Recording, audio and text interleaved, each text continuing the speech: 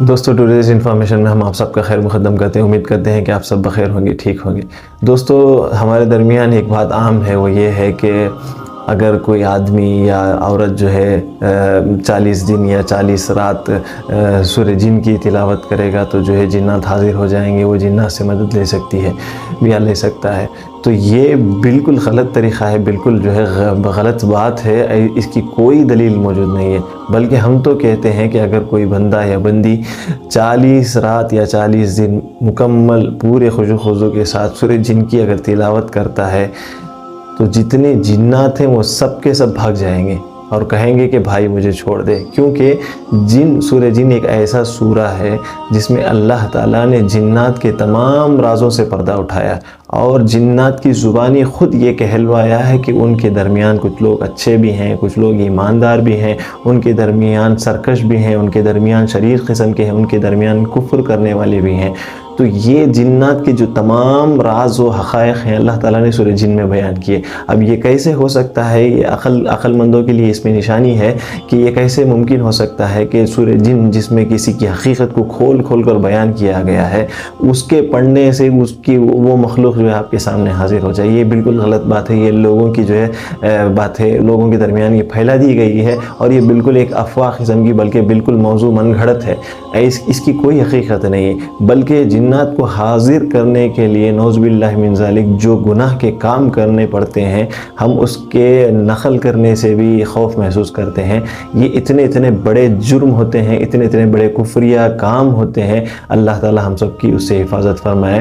میں نخل کفر نہ باشد, میں جو ہے اس سے احتراز کرنا پسند کرتا ہوں کہ میں لوگوں کے سامنے اس بات کو لوگوں کے درمیان پیش نہ کروں تاکہ ہمارا ایمان سلامت رہے. لیکن کچھ جو ظاہری باتیں ہوتی ہیں وہ جو میں آپ کے سامنے بتا دیتا ہوں, وہ یہ ہے کہ جو عامل حضرات جو گھٹیا قسم کے عامل ہوتے ہیں, جو غیر شرعی طریقے سے جنات کا علاج کرتے ہیں, وہ اور جادوگر جو ہوتے ہیں, یہ لوگ کیا کرتے ہیں, قرآن کی آیتوں کو الٹا لکھتے ہیں اور بالکل اسی طریقے سے نعوذ باللہ من ذالک نخل کفر نہ باشد قرآن مجید کی صورتوں کو یا قرآن مجید کو اپنے جوتوں میں باندھ کر جو ہے بیت الخلاء میں جاتے ہیں اور شرکیہ منتر پڑھتے ہیں نعوذ باللہ من ذالک.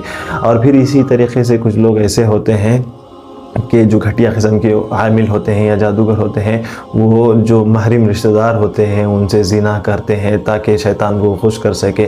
اور بالکل اسی طریقے سے کچھ عامل گھٹیا قسم کے ایسے ہوتے ہیں, ایک خاص ستارے کے طلوع ہونے کا انتظار کرتے ہیں, جب وہ طلوع ہو جاتا ہے تو پھر اس کی عبادت کرتے ہیں. نعوذ باللہ من ذالک. ستاروں کی عبادت کرنا یہ کفر ہے, یہ شرک اکبر ہے, اس سے ہم سب کو بچنے کی تلقین کی گئی. اور اسلام کے آنے کے بعد یہ تمام جو ہے چیزیں جو ہے اللہ تعالیٰ نے جو ہے باطل قرار دے دی ہیں. اسلام کے بعد جو ہے کوئی چیز ہمارے لیے خیر خواہی کا ذریعہ نہیں بن سکتی, نجات کا ذریعہ نہیں بن سکتی. تو اسی طریقے سے جادوگروں کے پاس یا عاملوں گھٹیا قسم کے عاملوں کے پاس کچھ اور ایسے طریقے ہوتے ہیں جن کی مدد سے وہ جنات کو اپنے قبضے میں کرتے ہیں. نعوذ باللہ من ذالک. ایسے لوگوں سے بچنے کا حکم دیا گیا ہے. ایسے لوگ جو ہے خود کے لیے بھی خطرہ ہیں اور دوسروں کے لیے بھی خطرہ ہیں, اور بالکل اس سے ایمان کا بالکل بہت بڑا خطرہ ہوتا ہے. اس سے ہم سب کو بچنے کی ضرورت ہے. اور اتنے بڑے گناہ کرنے پڑتے ہیں جنات کو حاضر کرنے کے لیے, معاذ اللہ ہم آپ کے سامنے کیا بتائیں. اللہ تعالی ہم سب کی حفاظت فرمائے. تو بتانے کا مقصد یہ ہے کہ سورہ جن پڑھنے سے جن حاضر نہیں ہوتے, بلکہ جتنے جن ہیں وہ سب بھاگ جاتے ہیں. اور بالکل اسی طریقے سے اگر کوئی ہم چاہتے ہیں کہ جنات کے اور بالکل اسی طریقے سے جادو کے وغیرہ کے اثرات سے ہم اپنے آپ کو محفوظ کر لیں, تو ہمیں چاہیے کہ صبح و شام کے اذکار پڑھتے رہیں اور بالکل اسی طریقے سے نمازوں کی پابندی کرتے رہیں, اپنے زبانوں کو اللہ کے ذکر سے ہمیشہ تر رکھیں. یہی کچھ باتیں تھے ہم آپ کے سامنے بتانے جا رہے تھے. دوستو اگر اس ویڈیو میں ہماری انفارمیشن پسند آئی, اچھی لگی ہو تو لوگوں کے درمیان اسے شیئر کیجیے اور علم نافع پہنچانے کا ذریعہ بنیے. ہم اگلی ویڈیو میں آپ کے سامنے پھر حاضر ہوں گے, تب تک کے لیے اجازت دیجیے. اللہ حافظ.